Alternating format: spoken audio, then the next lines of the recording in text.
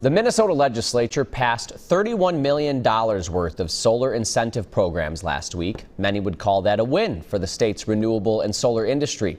I talked with Griffin Dooling about the next steps. He's the vice president of the Minnesota Solar Energy Industries Association and the CEO of Blue Horizon Energy.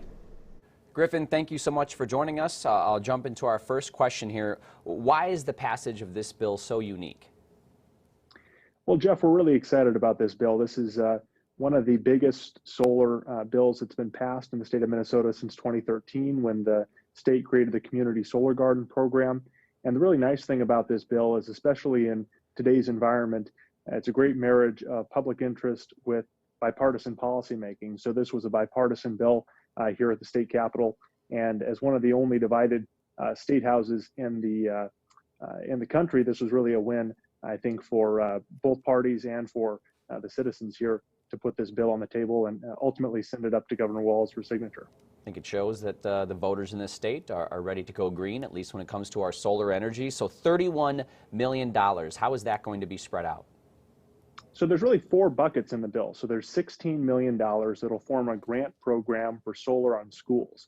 So this is K through 12 institutions where you can put solar on the facilities and offset the cost of that through this grant program. There's $5 million for solar on community colleges, which is built around the state's community colleges to help them access the same sort of grant funding to make solar energy more affordable.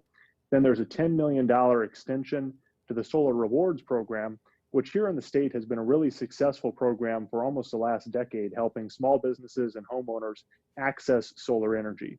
And then the final component of the bill is a $100,000 contribution towards a project that we call a Brightfield in Anoka, which essentially, in layman's terms, is putting solar on landfills. So this is a really exciting kind of pilot project to help make these landfills a little bit more productive for society, and this $100,000 will help make that happen. 2 parts of that plan included schools and colleges. Why is that a particular sector to make sure that we're investing in when it comes to solar energy? Yeah, so schools and colleges really are perfect candidates for solar energy. You've got large buildings with fairly consistent load that can be offset through these solar energy projects. And here at Blue Horizon Energy, we've worked with over 15 different communities across the upper Midwest on these projects. And the nice thing about it is when you do these projects for schools and community colleges, you're helping them not only reduce their operating expenses so that they can free up budget to invest in other areas of their programming, but you're really creating a living laboratory. So students can see up close and personal how solar energy can work in a building like theirs, and can see this as a career path. Ultimately, solar energy and solar energy installers and electricians and all the people that are required to make these projects happen, it's one of the fastest growing careers in the state of Minnesota and across the country. So it's an opportunity by doing these projects for schools and community colleges to make this type of future real for those students and ultimately open up new opportunities for them in careers. So how soon will some of those students get an up-close look at those cool-looking panels that are behind you, maybe on top of their buildings? So this program typically takes about 3 to 6 months to design and engineer and finance a solar project. With this program, we anticipate it taking a little bit longer because of the grant-making authorities that are involved in approving and reviewing and helping to design these projects. So you're probably looking at the first projects under this program coming online sometime early next year. What's happening with the demand for solar energy? Is it starting to increase, and are there certain sectors in particular that might be starting to lean towards it now? Yeah, so we're seeing demand go through the roof, really in all sectors. So that spans from residential solar for homeowners into small businesses and other institutions in our communities. And especially in one of the fastest growing segments that we're seeing today is in larger businesses and industrial organizations, where you can use solar energy to not only help reduce the electric expenses in these facilities and make them ultimately more financially resilient, but you can also use solar energy to achieve some of the sustainability goals that these organizations have. And especially today, we're seeing that sustainability is an increasingly important value for these companies.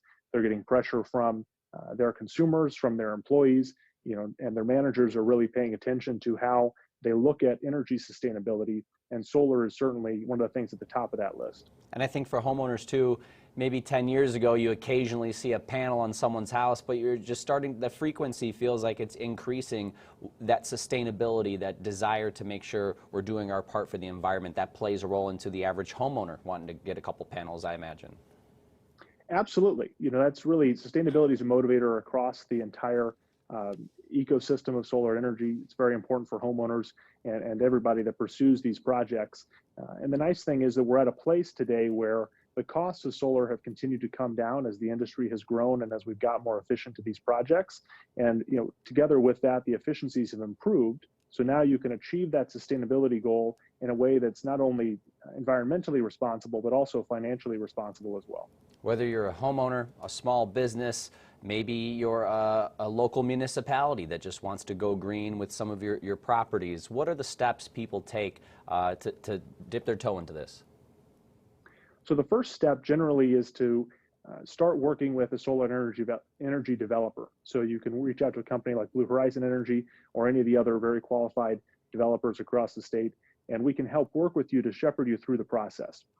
These projects are very important from a physical engineering standpoint and helping to understand where the trade-offs are in components and where the best performance for money is and the different ways you design these projects, but then also in the financial engineering as well and helping make these projects financially attractive to folks.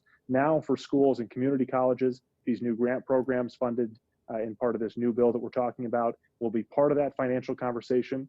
But there's many different opportunities for businesses and homeowners and municipalities and schools of all sizes to access these projects, often in ways that are very budget friendly. So you don't have to spend more out of pocket than you otherwise would.